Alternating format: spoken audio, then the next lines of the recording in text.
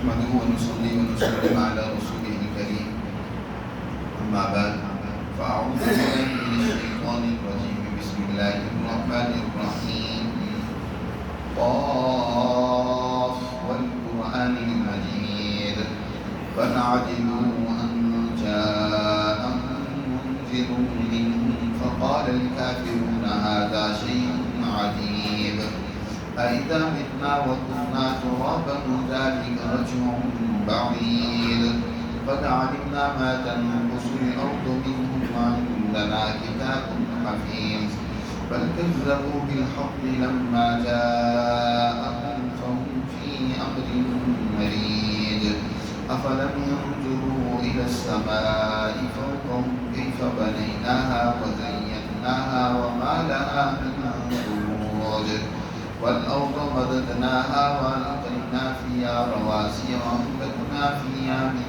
كل زوج بهيج تبصرة وذكرى لكل عبد منيب ونزلنا من السماء ماء مباركا فأنبتنا به جنات وحب الحصيد والنخل باسقات لها طلع نضيد رزقا للعباد وأحيينا به بلدة ميتا كذلك الخروج كذبت قبلهم قوم نوح وأصحاب الرس وثمود وعاد وفرعون وإخوان لوط وأصحاب الأيكة وقوم تبع كل كذب الرسل فحق وعيد أفعينا بالخلق الأول بل هم في لبس من خلق جديد.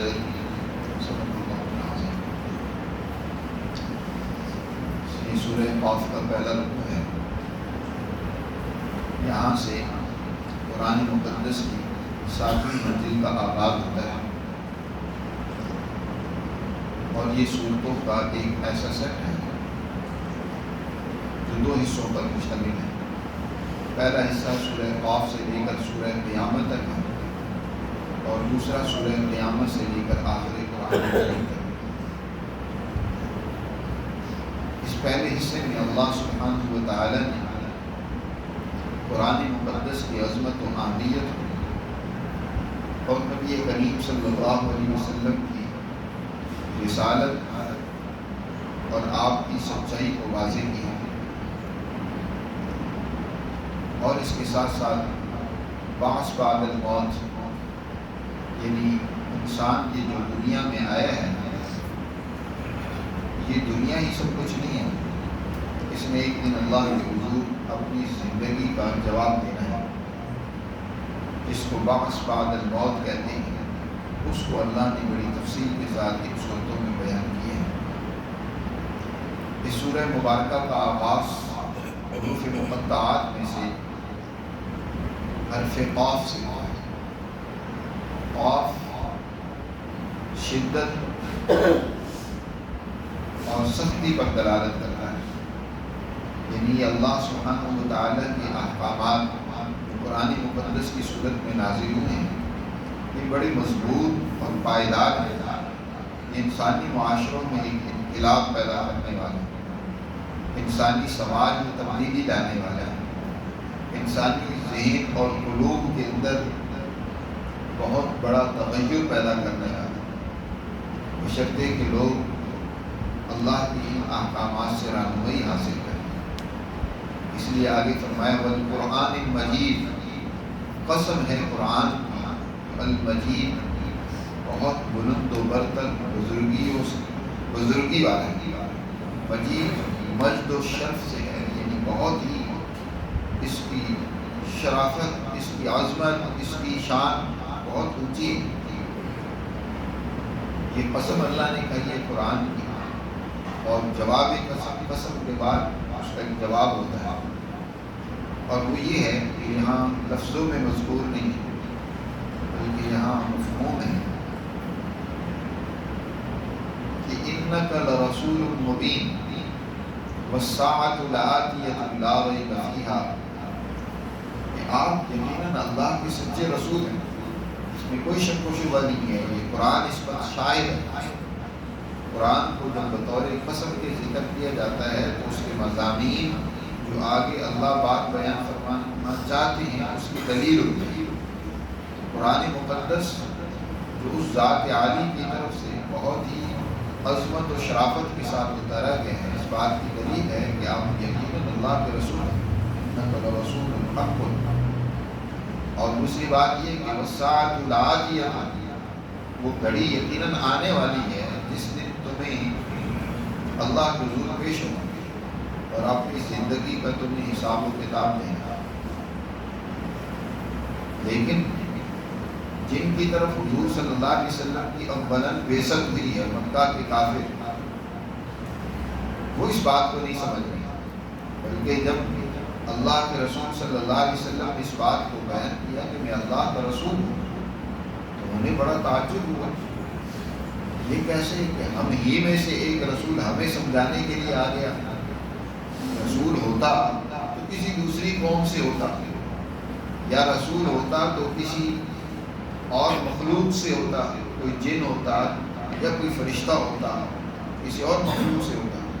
یہ کیسے کہ انسانوں میں سے، اور وہ بھی ہمیں سمجھانے کے لیے ہماری برادری اور قوم میں سے اللہ نے رسول بنا کر بھیج دیا؟ یہ بات میری سمجھ نہیں آتی۔ ہمیشہ انسان اپنوں کو کمتر سمجھتا ہے، اور پھر انسان اپنی انسانی مقام مرتبہ سے بھی غافل ہے کہ اللہ نے انسان کو کیا عظمت عطا فرمائی۔ اور دوسرا اس سے بڑھ کر جب اللہ کے رسول صلی اللہ علیہ وسلم نے یہ سمجھایا کہ دیکھو یہی دنیا کی زندگی سب کچھ نہیں ہے، جو کچھ تم یہاں کہہ رہے ہو کر رہے ہو اس کا تم نے ایک دن جواب دینا۔ یہ بات مجھے بڑی عجیب معلوم ہوئی کہ کیسے جواب دینا، یعنی دوبارہ زندہ ہم ہوں گے اور ہمارے انہی وجود سے جو اعمال ہوئے ہیں ان اعمال کا ہمیں جواب دینا ہوگا۔ یہ انسان جو سینکڑوں سال ان کے اوپر گزر گئے، یہ مٹی میں گرد ہو گیا، ریزہ ریزہ ہو گیا اور اس کا کوئی نام و نشان نہیں رہا، یہ کیسے منتشر ذرات کو جس کا وجود ختم ہو چکا ہے دوبارہ جمع ہو کر انسان اللہ کے حضور پیش ہوگا۔ قرآن کہتا ہے بل عجیب ان جاءہم منذر منہم، بلکہ یہ تعجب کرتے ہیں پہلے تو اس بات پر کہ یہ کہ آیا ان کے پاس انہیں ڈر سنانے والا انہی میں سے، ان جاءہم منذر منہم، انہی میں سے انہیں سمجھانے والا آیا ہے، یہ بات ہضم نہیں ہوتی۔ فقال الکافرون ھذا شیء عجیب، بس کہتے ہیں یہ مکہ کے کافر ھذا شیء عجیب، یہ بڑی عجیب بات ہے۔ ایک تو یہ کہ اللہ کا رسول ہے اور ہم ہی میں سے ہے، پھر ہم میں سے رسول ہوتا تو کوئی مالدار ہوتا، یہ غریب آدمی کمزور اور یتیم بچہ اس کو اللہ نے رسول بنا دیا، ھذا شیء عجیب۔ اور دوسری یہ بات جو کہتا ہے اذا متنا، کہ کیا جب ہم مر جائیں گے، وکنا ترابا، اور ہم مٹی ہو جائیں گے، خاک ہو جائیں گے، ذالک رجع بعید، پھر دوبارہ ہمیں زندہ کیا جائے گا، یہ دوبارہ لوٹنا تو عقل سے گئی بات ہے، ہمیں تو نہیں سمجھ آتی کیسے دوبارہ انسان زندہ ہو جائے گا، رجع بعید۔ اللہ سبحانہ و تعالیٰ نے ان کے اس شبے کا جواب دیتے ہیں بڑی تفصیل کے ساتھ، فرمایا کہ یہ دوبارہ زندہ کرنا تو اس کے لیے مشکل ہوتا جو انسان کے ان منتشر ذرات کو نہ جانتا، کہاں اس کے ذرے موجود ہیں، کہاں اس وجود کا حصہ کہاں پڑا ہوا ہے، جس کا علم محدود ہے۔ اللہ کا علم تو ذرے ذرے کو ہے، اس کا وہ جسم کا حصہ کس شکل میں کنورٹ ہو چکا ہے، مٹی میں یا کسی اور جنس میں تبدیل ہو چکا ہے، کہاں ہے، سب اللہ کو علم۔ قد علمنا ما تنقص الارض منہم، اور یقیناً ہم جانتے ہیں کس قدر زمین نے ان کے ذرات کو کم کیا ہے نا، وہ ہم سب جانتے ہیں زمین نے کیا کچھ اس کا انسان کا کھا لیا ہے، کتنے حصے اس کے ختم کر دیے ہیں، اللہ کے علم سے باہر نہیں ہے، کس شکل میں ما تنقص الارض، وعندنا کتاب حفیظ، پھر یہی نہیں ہے بلکہ ہمارے پاس ایک محفوظ کتابچہ ہے جس میں انسان اس کائنات کی ہر ایک چیز بڑی ترتیب سے مندرج ہے۔ کوئی چیز بھی ایسا نہیں ہے کہ اللہ کے علم سے باہر ہو، پھر یہ بھی نہیں ہے بس اللہ جانتا ہے، بلکہ وہ باقاعدہ ایک منظم مربوط نظام کے تحت اللہ کے ہاں ایک ترتیب سے لکھی ہوئی ہے۔ وَعِندَنَا کتاب حفیظ۔ اصل بات یہ ہے کہ بل کذبوا بالحق لما جاءهم، جب ایک حقیقت ان کے پاس آئی اور انہیں سمجھ نہیں آئی تو انہوں نے اس کو جھٹلا دیا۔ بل کذبوا بالحق، الانسان آدم لما جاہل، جس چیز سے انسان جاہل ہوتا ہے اس کا دشمن ہوتا ہے۔ ایک بات نہیں سمجھ آ رہی، سمجھنے کی کوشش بھی نہیں کر رہے تو کیا اس کا انکار کر دیا، اس کی دشمن بن گیا، بلکہ تکذیب کی انہوں نے، حق کی، سچائی کی۔ لما جاء، جب وہ ان کے پاس آئی، فہم فی امر مریض، پھر وہ ایک الجھی ہوئی بات میں۔ اب یہ نہیں ہے کہ جو وہ یہ بات کہہ رہے ہیں اس پر ان کو بڑا اطمینان ہے، اس پر یقین ہے، بلکہ خود بھی شکوک و شبہات میں مبتلا ہے، وہ کچھ پتہ نہیں ہے۔ امر مریض مختلط ملتبس، یعنی ایسا مشتبہ اشتباہ پڑا ہوا ہے، ان کے ذہن میں الجھن پڑی ہوئی ہے، مخلوط باتیں ان کے ذہن میں آتی ہیں۔ جہاں تک بات یہ ہے کہ انسان کو زندہ کرنا دوبارہ، یہ تو اس کے لیے مشکل ہو جس کی قدرت محدود ہو، جس کا علم محدود ہو۔ اللہ کا علم تو یہ ہے کہ کائنات کا کوئی ذرہ، کوئی چیز اس سے مخفی نہیں ہے، اور اس کی قدرت دیکھو ذرا، اپنی نظریں اور نگاہیں عالم فلکیات کی طرف اٹھاؤ۔ افلم ينظروا الى السماء، کیا یہ نہیں دیکھتے آسمان کی طرف؟ فوقہم، کے اوپر ہے۔ کب سے اللہ نے یہ آسمان، فلکیات کا یہ خیمہ اللہ نے تانا ہوا ہے، صدیاں بیت گئی ہیں، کیا ان میں کوئی کسی قسم کا پرانا پن آیا ہو، کہیں کوئی شگاف آیا ہو، کہیں کوئی نقص اور خرابی باقی ہوئی ہو؟ بلکہ اب تو جدید ماہرین فلکیات نے اس ہمارے قرے کی، اس کائنات کے اندر بے شمار قرے، اس کائنات میں صرف یہ ایک ہمارا قرہ ہے، قرہ ارضی نہیں ہے، اس کے علاوہ پتہ نہیں کتنے ہیں، اس کی کہکشائیں بے شمار ہیں، ان میں سے ایک کہکشاں ہی ہے جس میں ہم رہ رہے ہیں۔ اس کے بھی حالات جو جدید فلکیات نے بیان کی ہیں تو انسانی عقل دنگ رہ جاتی ہے کہ کیا کچھ اللہ کا یہ نظام اس کائنات میں بکھرا ہوا ہے، پیدا کیا ہوا ہے، اور اس منظم مربوط انداز سے۔ چلو سادہ نظر سے ہی تم دیکھو کہ کب سے سورج طلوع ہو رہا ہے، غروب ہو رہا ہے، چاند آ رہا ہے، جا رہا ہے، لیل و نہار کا نظام، یہ ستاروں کا جگمگانا، کیا کتنا عرصہ بیت گیا، اس میں کوئی تمہیں دراڑ، کوئی شگاف، کوئی کمی، کوئی خلل نظر آتی ہے؟ افلم ينظروا الى السماء، ذرا نظر دوڑائیں اپنے اوپر آسمان میں، فوقہم کیف بنیناہا، کیسے ہم نے ان کو بنایا، وزیناہا، اور ہم نے ان کو مزین و آراستہ کیا، وما لہا من فروج، اور ان کے لیے کوئی شگاف، کوئی خلل، کوئی کمی تمہیں نظر آتی ہے؟ ما لہا من فروج۔ عالم فلکیات سے ذرا عالم سفلیات کی طرف آ جائے، نیچے آ گئی۔ والارض مددناہا، اور اس زمین کو جو ہم نے بچھونے کی طرح پھیلا دیا ہے، فرش کی طرح پھیلا دیا ہے، اور اس کے اوپر کس قدر بھاری کم پہاڑ ہم نے رکھ دیے ہیں، مضبوط میخیں اور تین ہم نے گویا گاڑ دی ہیں، القینا فیہا رواسیا، اور ہم نے اس زمین میں ڈال دیے رواسیا، مضبوط بھاری کم پہاڑ، وانبتنا فیہا من کل زوج بہیج، اور ہم نے اس زمین کے اندر ہر طرح کی رونق چیزیں ہم نے اس سے اگائی ہیں۔ کیا ان میں کبھی تم نے غور کیا؟ دیکھتے نہیں کس قدر پھل پھول، کس قدر جڑی بوٹیاں، نباتات، ایک وقت آتا ہے جب بارشیں نہیں ہوتی تو وہ مر جاتی ہیں، خشک ہو جاتی ہے، کہاں سالی جیسے پر موت واقع ہوتی ہے، پھر وہ مالک کس طرح آسمان سے پانی اتارتا ہے اور پھر ان کے اندر ایک حیات نو پیدا ہو جاتا ہے، زندگی پیدا ہو جاتی ہے۔ بہار کا موسم آتا ہے تو کیسے ہر چیز اگنے، پھلنے، پھولنے، بڑھنے لگتی ہے۔ ہر ایک پھل کا موسم ہوتا ہے، اپنے موسم میں کیسے وہ نکلتا ہے، ذرا غور تو کرو۔ تبصرۃ و ذکریٰ لکل عبد منیب، اس میں بڑی بصیرت ہے، نصیحت ہے، لیکن ہر اس بندے کے لیے جو اللہ کی طرف، اس کے احکامات اور وحی کی طرف رجوع کرنے والا ہے، جو غفلت برتے ہیں، جو اللہ کے احکامات اور قوانین اور قدرت میں غور و فکر ہی نہیں کرتا، تو اس کو کیا عقل آئے؟ لیکن جو اللہ کے احکامات میں غور و فکر کرے تو اس کے لیے بڑی بصیرت ہے، اس میں نصیحت ہے۔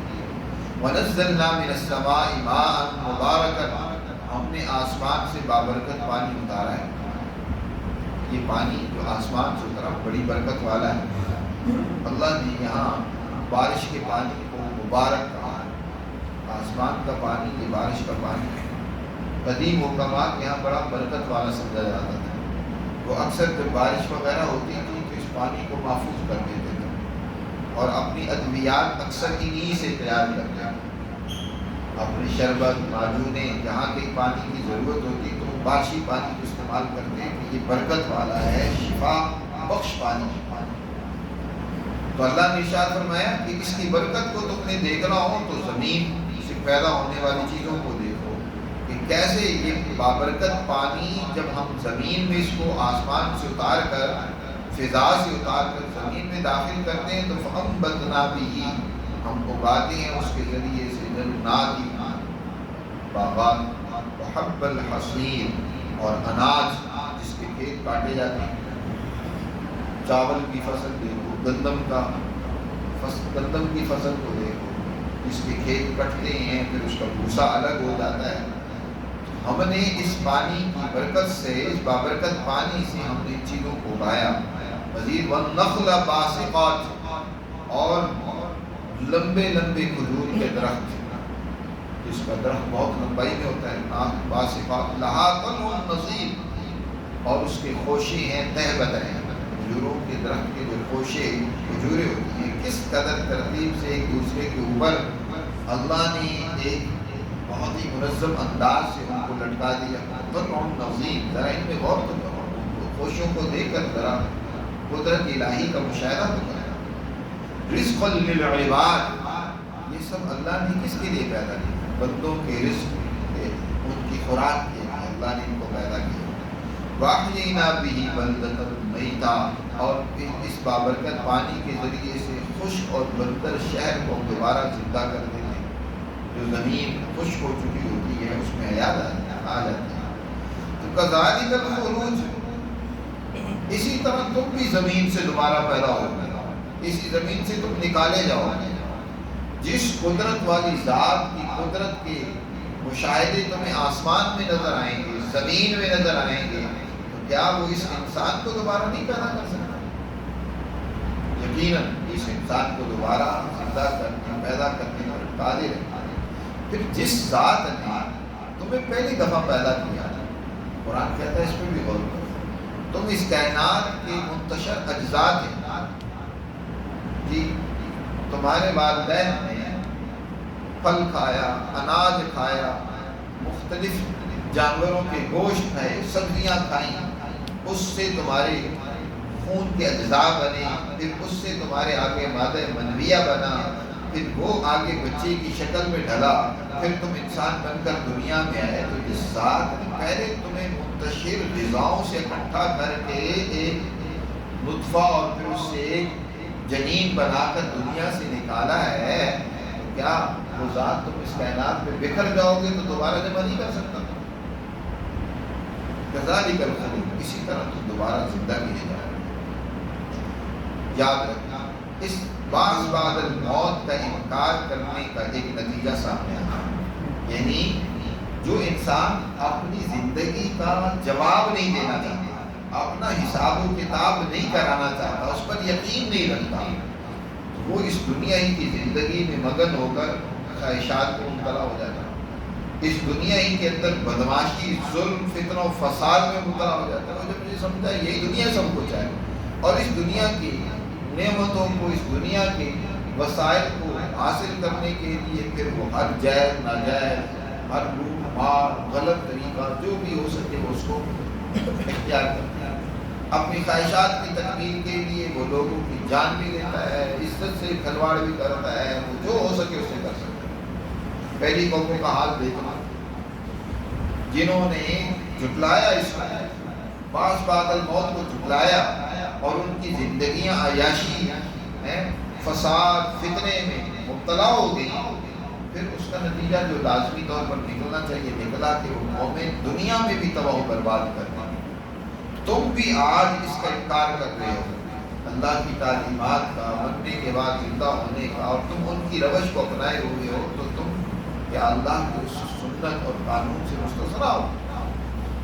کذبت قبلہم، فرمایا جھٹلایا ان سے پہلے قوم نوح نے، واصحاب الرس، اور اصحاب الرس نے. اصحاب الرس یہ وہ قوم تھی جو ایک کنویں پر آباد تھا، جن کی طرف اللہ سبحانہ و تعالیٰ نے حضرت حنظلہ رضی اللہ تعالیٰ عنہ علیہ السلام کو بھیجا، صرف انبیاء علیہ السلام. وثمود، یا بعض نے کہا اصحاب الرسی، یہ ایک قوم تھی جس کی طرف اللہ نے حضرت شعیب علیہ السلام کو مبعوث کیا، لیکن وہ اصحاب الایکا سے اس کا الگ سے بھی بیان آ رہا ہے. بعض کا اصحاب الرس کا ذکر کیا، ایک کنویں پر آباد قوم تھی جن کے نشانات کو اچھی طرح دیکھتے ہو، وہاں سے گزرتے ہو. وثمود، اور قوم سمود اس نے بھی جھٹلایا، قوم عاد نے، قوم فرعون نے، اور وہ اخوان لوط اور قوم لوط کے بھائیوں نے. واصحاب الایکا، اور اصحاب الایکا یعنی قوم شعیب نے، وقوم تبع اور حمیت اور یمن کی قوم تبع جنہیں کہا جاتا ہے، انہوں نے بھی جھٹلایا. کل کذب الرسل، ان سب نے اپنے رسولوں کی تکذیب کی، تعلیمات کو جھٹلایا. فحق وعید، پھر ہماری وعید اور عذاب ان کے اوپر ثابت ہوا. جب قومیں انبیاء کی تعلیمات کو جھٹلاتی ہیں، عیاشی میں مبتلا ہو جاتی ہیں، فتنہ و فساد میں مبتلا ہو جاتی ہیں، تو پھر اللہ کا عذاب اور اس کی وعید ان پر ثابت ہوتی ہے. تو کیا افعینا بالخلق الاول، یہ بتاؤ اللہ تعالیٰ نے یہ جو مخلوقات پیدا کی ہیں، آسمان، زمین، انسان، ان کو اللہ تعالیٰ نے ایک دفعہ تو بنا لیا، پھر اللہ میاں ان کو بنا کر بیچارے عاجز اور بے بس ہو گئے، اس کی قدرت ختم ہو گئی، اس کی طاقت اب کوئی نہیں رہی ہے کہ وہ دوبارہ مخلوقات کو پیدا کر سکتا ہے، یا انہی کو دوبارہ 80 ان کے اجزاء کو جمع کر کے دوبارہ زندہ کر سکتا ہے. فرمایا افعینا بالخلق الاول، کیا ہم عاجز آ گئے پہلی مخلوق کی وجہ سے؟ یعنی ایک دفعہ مخلوق کو بنایا تو ہم عاجز اور بے بس ہو گئے. بل ہم فی لبس من خلق جدید، بلکہ بات یہ ہے کہ یہ لوگ نئی تخلیق میں، نئے پیدائش میں، دوبارہ پیدا ہونے کے حوالے سے التباس میں، شبہ میں مبتلا ہے. اس پر ان کو یقین نہیں آ رہا کہ یہ کیسے ہوگا. عجیب و غریب سوال کرتے ہیں، اس کو آپ کہتے ہیں ہیہات ہیہات لما توعدون. یہ بڑی انہونی بات ہے، یہ ایسے کیسے ہو جائے گا کہ انسان دوبارہ زندہ کیا جائے گا؟ فرمایا جس ذات نے پہلی دفعہ پیدا کیا وہی ذات اس انسان کو دوبارہ بھی پیدا کرتی ہے. یہ دوبارہ پیدا ہونا یقینی بات ہے. جب انسان اپنی اس دوبارہ پیدائش کو، اللہ کی حضور پیشی کو سامنے رکھے گا تو اس دنیا میں بدماشی نہیں کرے گا، فساد نہیں پیدا کرے گا. اسے یقین ہوگا کہ جو کچھ میں کر رہا ہوں اس کا مجھے ایک دن حساب دینا ہے، اور وہ وقت دور نہیں ہے. ہر انسان کو اپنی موت بہت قریب رکھنی چاہیے، سامنے رکھنی چاہیے. کتنا وقت ہے زندگی میں گزر گیا، ہمیں پتہ ہی نہیں ہے، خبر ہی نہیں ہے. اب جو باقی ہے وہ کس قدر ہے. یہ وقت تو ایسے تیزی سے گزر جاتا ہے. کل تو یوں لگے گا جیسے ہم دنیا میں ایک لمحہ کے لیے آئے تھے، ایک ساتھ کے لیے آئے تھے، اور دن کا ایک حصہ ہم دنیا میں رہے تھے اور گزار کر چلے گئے. اس لیے میرے عزیز دوستوں، قرآن مجید یہاں ایک طرف تو اپنی عظمت کو بیان کر رہا ہے، یہ بڑی عظمت اور بزرگی والی کتاب ہے، اور دوسری طرف نبی کریم صلی اللہ علیہ وسلم کی رسالت اور آپ صلی اللہ علیہ وسلم کی سچائی کو بیان کر رہا ہے، اور تیسرا جو بنیادی نظریہ مسلمان جماعت کو دیا گیا بعض بعد موت کا، اس پر تفصیلی گفتگو کی ہے۔ اگلی آیات میں مزید اس پر اللہ سبحانہ و تعالیٰ نے بڑے دلائل سے بات کی ہے، انشاءاللہ ان اس میں بات ہوگی۔ اللہ سمجھ